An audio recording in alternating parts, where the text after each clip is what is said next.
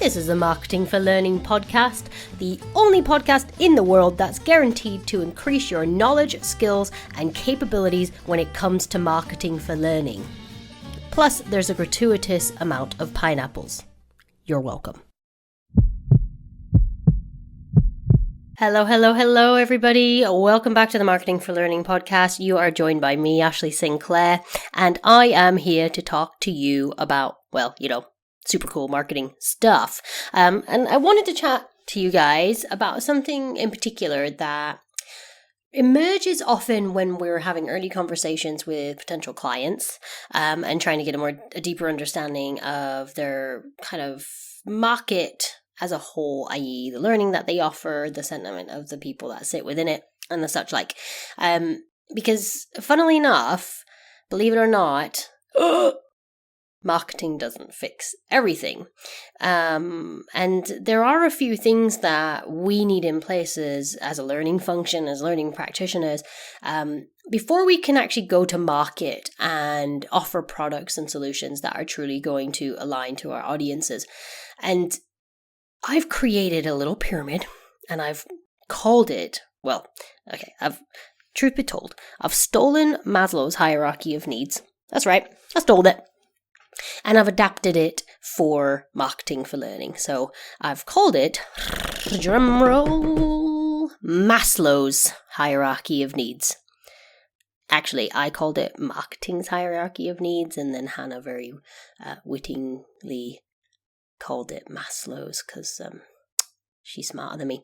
So anyways, if you guys aren't familiar with Maslow's hierarchy of needs, the concept is that certain things need to be in place before other things can happen. So it's built as a pyramid, but you could also look at it as like a domino effect or a cascade, where basically there are contingencies or dependencies on other things in order for other things to be able to come to fruition.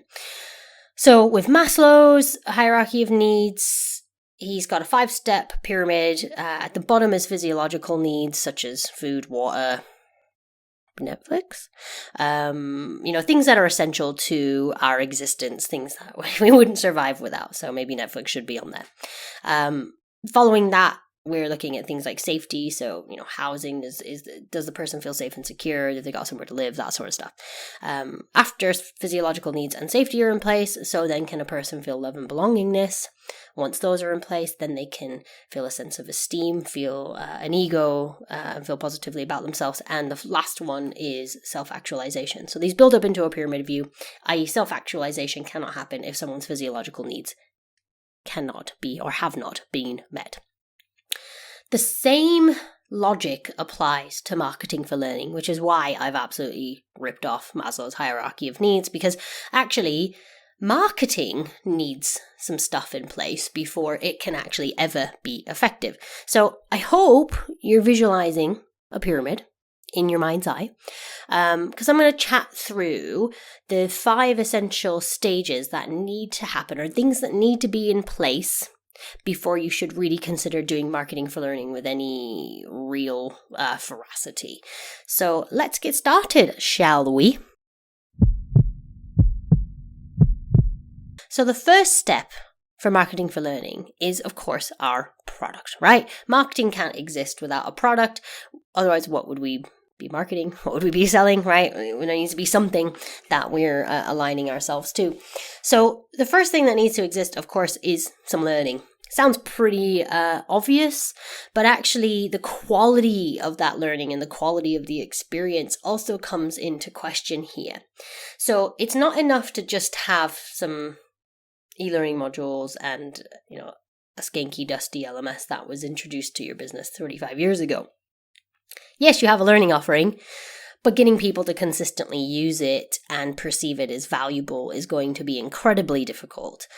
Even with really great marketing behind it, you're very, very unlikely to be able to engage an audience with that sort of learning proposition. So look at your overall learning proposition as your content, programs, tech stack, etc. What's the experience that people are going to have? Because if it's all a bit pants, you're going to have a really, really hard time selling it. Bad products are hard to sell. So if you really want your marketing to work and you want to make your life as easy as possible, make sure that your learning proposition is as good as it can be within the parameters of your business. I understand and appreciate that it isn't as simple as everything just being super spectacular from the outset. But being mindful of the quality of your product will help you with your positioning, and it will help you more adequately articulate your value to your audiences. So that's step 1 in Maslow's hierarchy of needs. Step 2 is learning must meet the needs of the learner. And again, it sounds obvious, but product market fit is absolutely vital. If someone brings a product to market that nobody wants and nobody sees a need for, they're not going to sell any of it.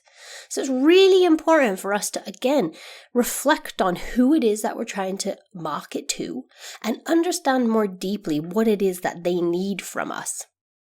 We may well be starting to develop learning from a business mandate, sales team has come to us and said they need more product training or whatever it might be.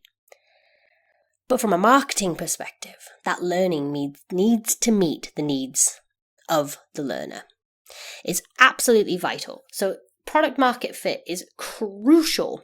So even if you have a really great learning proposition, everything's quite snazzy and modern and really sharp, but actually the learning opportunities within it aren't aligned to the learner and it's not meeting their needs, then again, it's going to fail. It doesn't matter how great your marketing is, that's a shit product. It is not aligned to what your learners want. It's not marketing's fault if this doesn't work because actually the product and market fit is not there. So again, you need to make sure your learning proposition is great and aligned with learner expectations and as modern as it can be, but it also needs to have learning that is relevant and appropriate and valuable for your audiences. Following that, there's a couple of psychological needs that I believe need to be in place before, in my opinion, really robust marketing can take place. So one is trust and the other is psychological safety. So trust is a really complex thing, but ultimately we need our audience to feel confident that the transaction that they're going to make with you, i.e. invest their time, take their attention away from other tasks, other projects, other things in their lives. They need to believe, they need to trust, they need to have confidence that that transaction is going to be worthwhile for them. So you need to be focusing again on that product market fit. Where is the value for the learner? How do they understand that? And again, some marketing can help to build trust. And in fact, we've done this quite a lot with campaigns, brand-focused campaigns that don't go heavy on learning opportunities, but focus much more on the brand and the value of learning overall. So zooming out and not focusing on the minutiae is quite important here. The other side of that, of course, is psychological safety. I'm not going to teach you guys how to suck eggs. You probably know more about it than I do. It's pretty much a omnipresent theme in learning. But the crux of it is, if you want people to actually learn, they need to feel safe. They need to believe that they can fail safely. And they need to have confidence that failure is welcomed and accepted without repercussion in the organization. And again, this is stuff that needs to be in place. So really, your product needs to be robust. It needs to be aligned to learner expectations, but they also need to trust that. They need to know that. It's not enough that you've built it. That needs to be very, very robustly articulated to them so that they have confidence in the transaction and they believe that their investment is worthwhile. Then, and only then, in my opinion, can you really start to consider doing big marketing campaigns and big efforts to actually increase consistent and habitual learning via marketing. Because the reality is marketing is awesome. I'm the first to say, it is incredibly impactful when done well. But if some of these things aren't in place, you are left trying to market a product that nobody wants amongst a landscape that doesn't work, in a place where your audiences don't trust you. And I think you can plainly see how problematic that is and why people are unlikely to want to engage with your product if those things aren't in place. Marketing's great, but it does not and I repeat, does not fix a pants product. So before you start embarking on more complex or sophisticated marketing strategies and strategic work around marketing for learning, please make sure that you actually consider your learning proposition and the product fit and the market fit and what your learners want versus what it is that you're offering. Is there any overlap there? Is there a Venn diagram with that little happy middle? Is there something there? And on top of that, have you met the psychological needs of your audience to enable them to feel powerful and able to actually undertake learning with confidence? Then and only then is marketing going to work. Those things do need to be in place first. And, I know it's hard to wrap our head around, especially that building trust piece.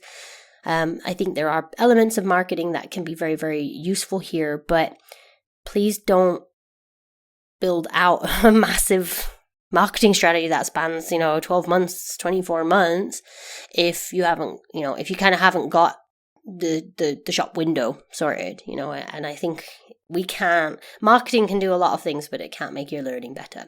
So if that is not great, that should be your first port of call, not doing marketing to try and get more people to do learning that is a bit rubbish, because you're actually going to end up disengaging them further and actually creating an environment where they don't have confidence in what you say because what little trust was there has eroded because you've overpromised and under-delivered. So guys, I hope you enjoyed that quick little podcast on Maslow's hierarchy of needs. I think it's a really important reminder that marketing doesn't solve all our issues. I don't think that we ever really kind of try to convey that on this podcast, but it's not the panacea. It is not the silver bullet. It is a piece of arsenal that plays a really important role in amongst other strategic efforts, such as modernizing your learning function. So don't do marketing unless your product is worth marketing. I'll be back again soon. Hope you enjoyed the episode. As always, guys, of course, if you are enjoying the podcast, please do share and spread the word. It's one of the best ways to help support this podcast.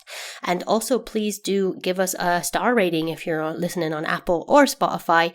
This, again, just helps us in terms of raising awareness of the podcast and, getting us further up the ranks in terms of viewability. So I appreciate your support. Hannah and I love you guys, and we will be back soon. All right. See you later. Bye.